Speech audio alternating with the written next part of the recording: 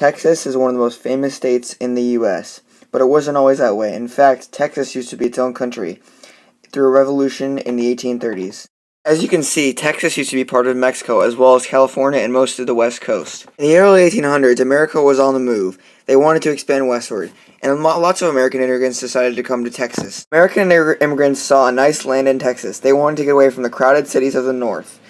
You could buy land there for just 4 cents an acre. The Mexican government, headed by the Mexican president Antonio Lopez de Santa Anna, approved of this, as long as the Americans became Mexican citizens and became Catholic. Americans, as per usual, did not agree to this.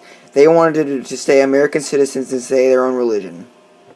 Tensions grew, and finally war broke out in 1835 at Gonzales, Texas. Santa Anna was ruthless and killed most of the Mexicans he captured.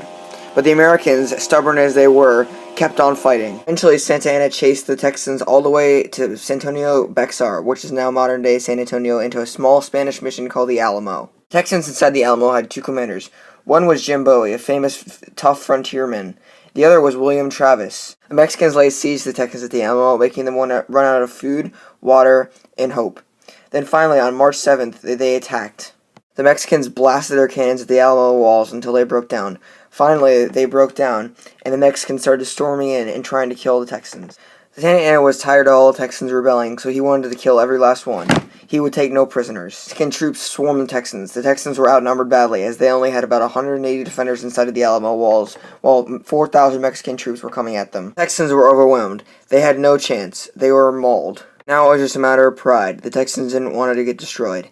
However, most of their soldiers were dying, and no one could do anything about it. In fact, William Travis had actually asked for reinforcement, but none arrived. They all thought that the Texans were okay how many men they had already had. One of the problems the Texans had was that one of their most fearful, inspirational, and best commanders was sick in bed, Jim Bowie. He was suffering from typhoid fever, and he was about to die. Bowie was killed by Mexican soldiers. However, when his body was found, it was found that a bunch of Mexican soldiers were around him, lay dead.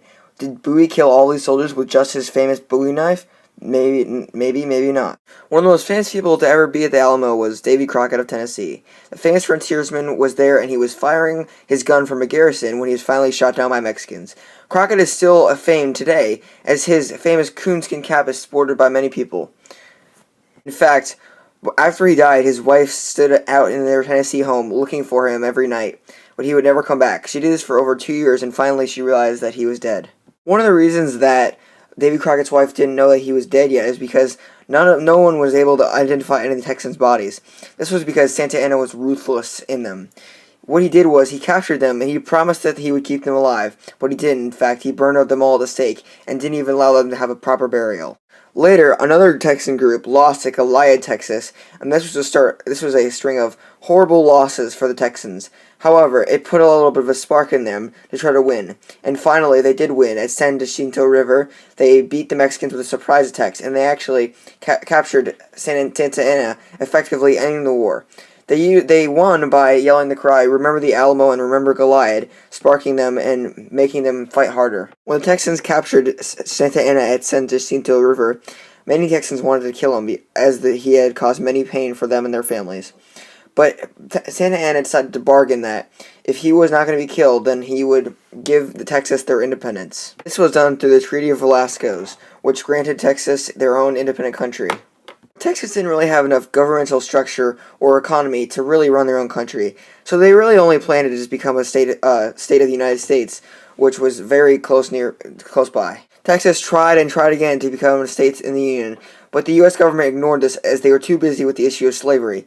Would Texas have slavery? They already did, as many Texans broke the law when Santa Anna was ruling there. But now the U.S. was in a very critical position in deciding whether slavery should be legal or not, and they didn't want to have to put it into new territory. Finally, in 1845, Texas became the 28th state of the Union, a slave state, and it would later become part of the Confederacy in the Civil War. Now you know the heroic actions of people at the Alamo helped make Texas a state of the Union. All 183 Texan defenders actually died that day. The only people that survived were inside the Alamo were the 6 civilians.